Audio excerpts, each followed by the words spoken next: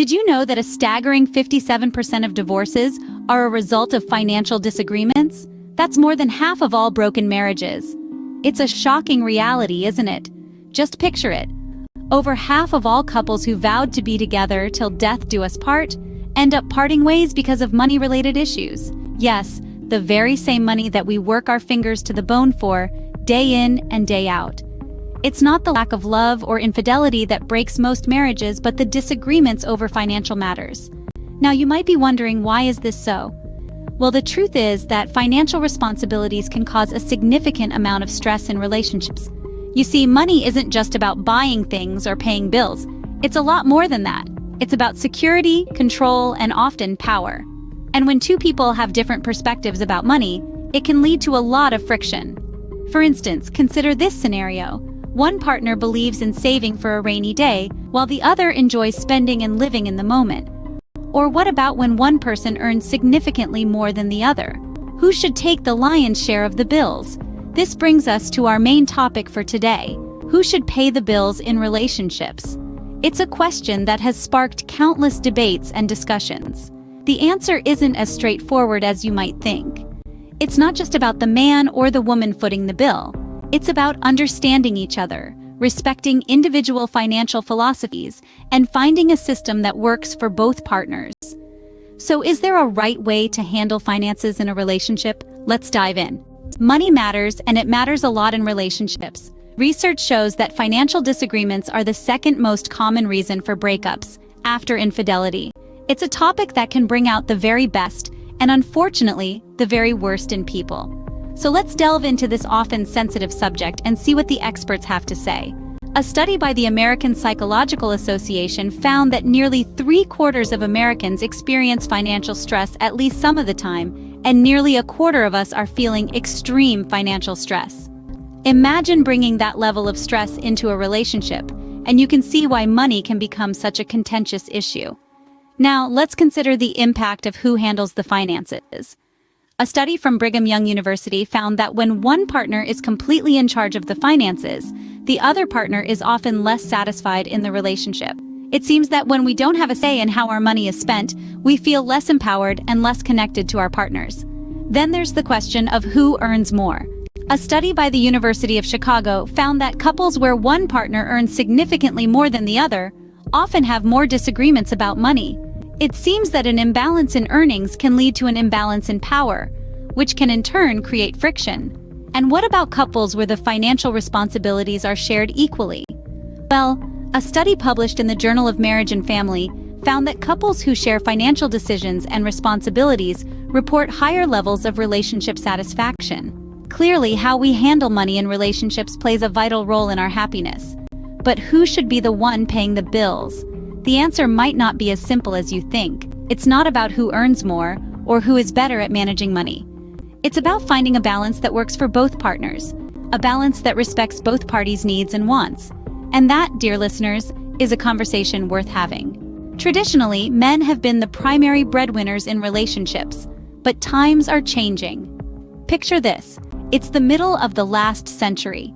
Many women stayed at home, caring for the family and the household, while their husbands went out to work, earning the money that kept everything running. This was the norm, the expected. In this traditional model, the man was the primary financial provider, and there were some advantages. One of the benefits of this approach was simplicity. The roles were clearly defined. There was no confusion about who was responsible for what.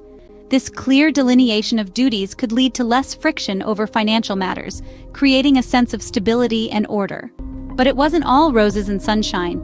This traditional approach also had its fair share of drawbacks. It created a power dynamic that could breed resentment or dependency. If the man lost his job or was unable to work, the entire financial structure of the family could crumble. Now, let's take a step into reality with a story about a couple. Let's call them John and Jane. John, being the primary breadwinner, held most of the financial power. He made the decisions about where the money went, from the groceries they bought to the vacations they took. Jane, on the other hand, felt her voice wasn't heard in these decisions, leading to a growing resentment.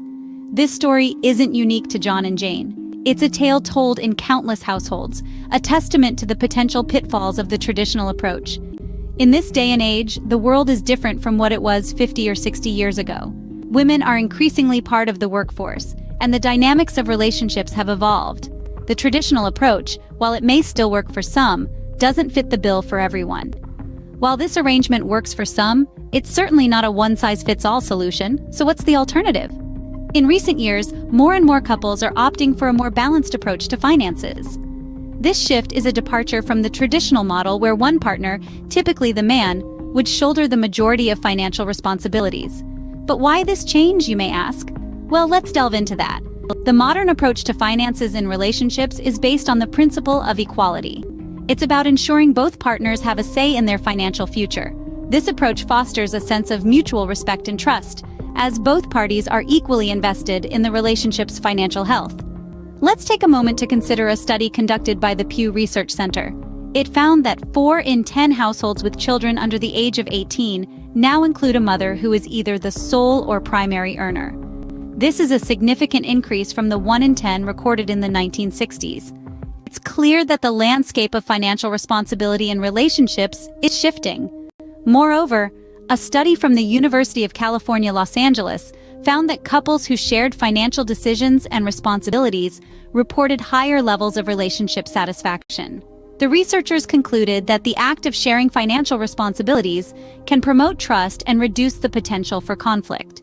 In addition to fostering equality and mutual respect, sharing financial responsibilities can also promote financial literacy for both partners. It encourages open and honest discussions about money, which, let's be honest, isn't always the easiest topic to broach.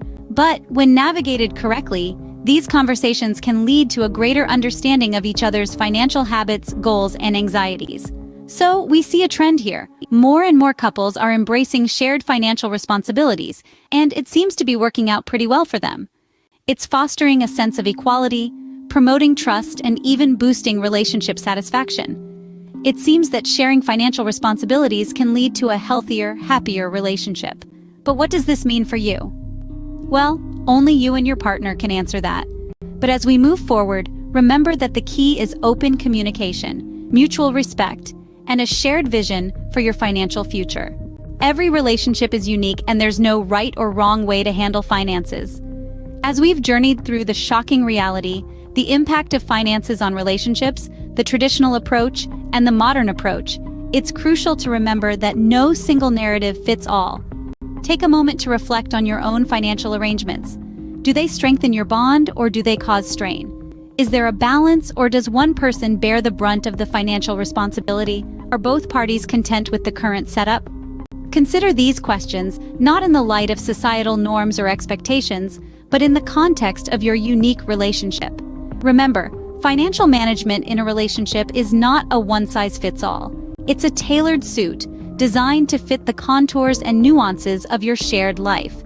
Remember, the goal is not to follow a specific rule, but to find an arrangement that works best for both of you. Because in the end, it's not about who pays the bills, but about building a strong, loving relationship. Remember to drop down and leave a comment on this hot-button topic that Tyler Perry sparked recently. I'd really love to hear your feedback. Thanks again for watching, and don't forget to like, share, and subscribe.